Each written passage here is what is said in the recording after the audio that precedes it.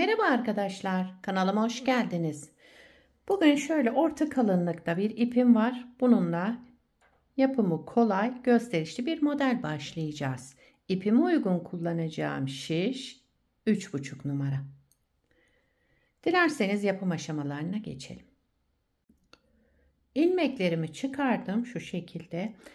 Arka yüzünde bir sıra ters ördüm. Şimdi örgümün ön yüzündeyim. Bu model için ilmek sayısı 4 ve 4'ün katları artı 3. Yani her model şöyle 4 ilmekten oluşuyor. En sonuna da 3 ilmek ekliyoruz. 4 ve 4'ün katları artı 3 olarak ilmek sayımızı ayarlayacağız. Şimdi birinci sıra ön yüzündeyim. Modelimiz 8 sıradan oluşuyor. Birinci sıra ön yüzünde. Kenar ilmeğinden sonra bir ters ilmek, 3 düz ilmek. Şöyle. Bir ters, 3 düz.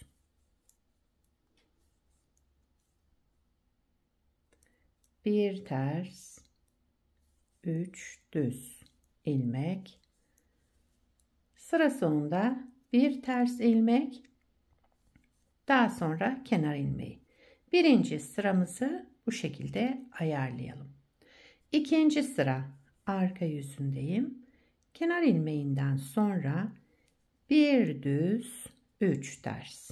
Yani ilmeklerimizi olduğu gibi alıyoruz. Düzleri düz, tersleri ters.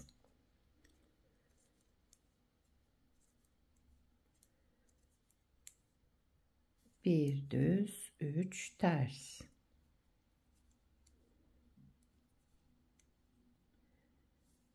Sıra sonunda bir düz, daha sonra kenar ilmeğimi düz örüyorum.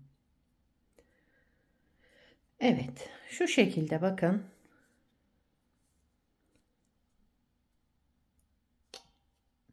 Üçüncü sıra ön yüzündeyim. Kenar ilmeğimi örmeden aldım. Kenar ilmeğinden sonra bir ters ilmek, 3 düz ilmek. Bir ters ilmek, 3 düz ilmek. Bir ters, 3 düz. Düzlerimi düz, terslerimi ters örerek 3. sırayı tamamladım. 4. sıra arka yüzündeyim. Yine aynı şekilde yapıyorum. Kenar ilmeğinden sonra düz olan ilmeğimi düz, ters olan ilmeklerimi ters örüyorum.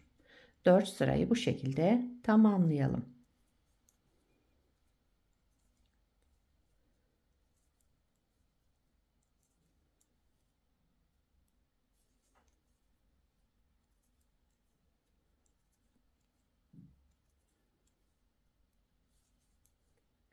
Evet, kenar ilmeğimi de düz ördüm.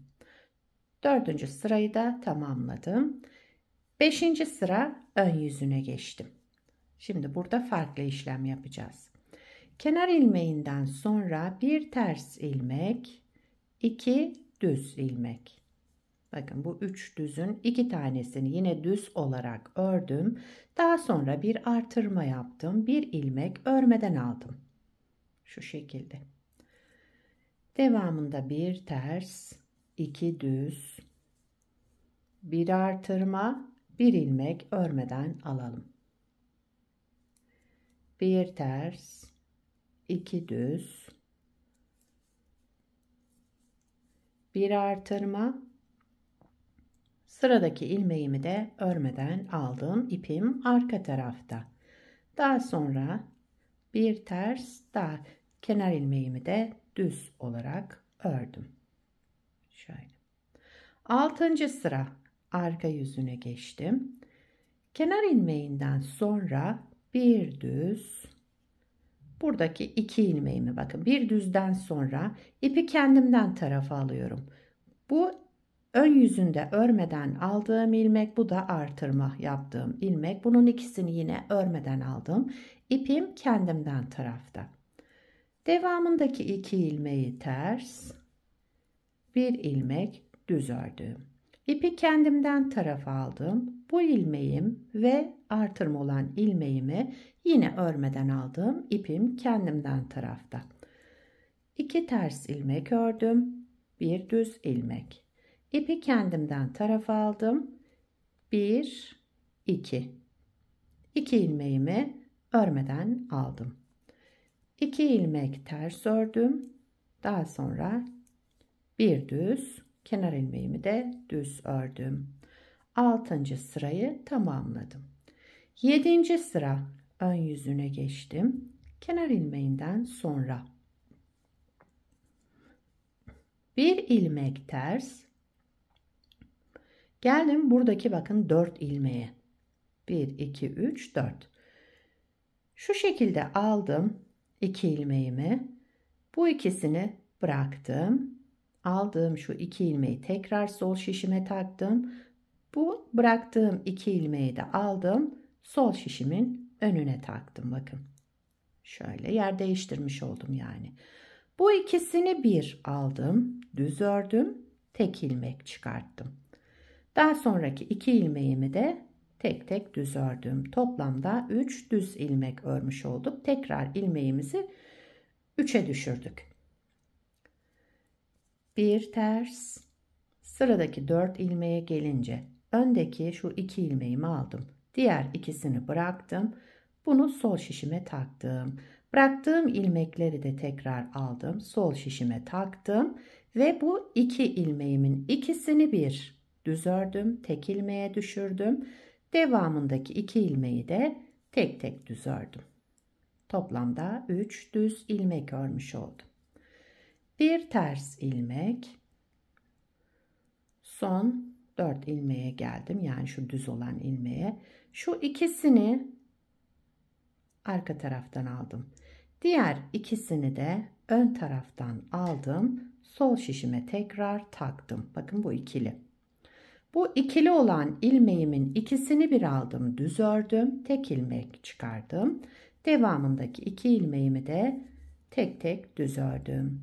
Sıra sonunda bir ters, bir de kenar ilmeğimi ördüm. 7. sırayı tamamladık. 8. sıra arka yüzündeyim. Kenar ilmeğinden sonra ilmeklerimi yine olduğu gibi örüyorum. Bir düz, 3 ters. Düzleri düz, tersleri ters örerek devam ediyoruz.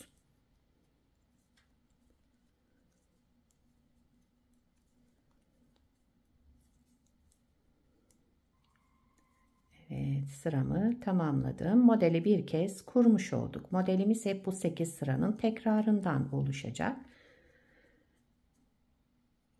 Evet. Bakın şöyle bir görüntümüz var. Şimdi ikinci kez modeli kuracak olursak burada birinci sırada ne yaptıysak aynısını yaparak devam edeceğiz. Anlaşılmayan yer olduysa videoyu tekrar baştan izleyerek modeli kurabilirsiniz. Modelde kaydırma yok. Aynı şekilde kuracağız ikinci modeli de. Bir parçada daha önce hazırladım. Şöyle göstereyim. Modelin ilerlemiş hali böyle olacak. Aynı ipi kullandım. Aynı kalınlıkta şiş. Modelin arka yüzü de şöyle gayet güzel temiz bir görüntüsü var. Her iki tarafı da kullanabilirsiniz bu modelde. Atkı, bere, yelek, hırka, bebek battaniyesi, dekoratif yastık, patik, çorap hepsinde kullanabileceğiniz gayet güzel modellerden. Yetişkin örgülerinde, çocuk örgülerinde, bebek örgülerinde kullanabilirsiniz. Sizler de nelerde kullanacaksınız bu modeli onları yorumlarda belirtirseniz sevinirim. Beni buraya kadar izlediyseniz bir beğeni yapmayı, yorum yapmayı, beni desteklemeyi unutmayın. Şimdiden hepinize teşekkürler. Yapacak olanlara kolay gelsin. Bir sonraki videoda görüşmek üzere. Hoşça kalın.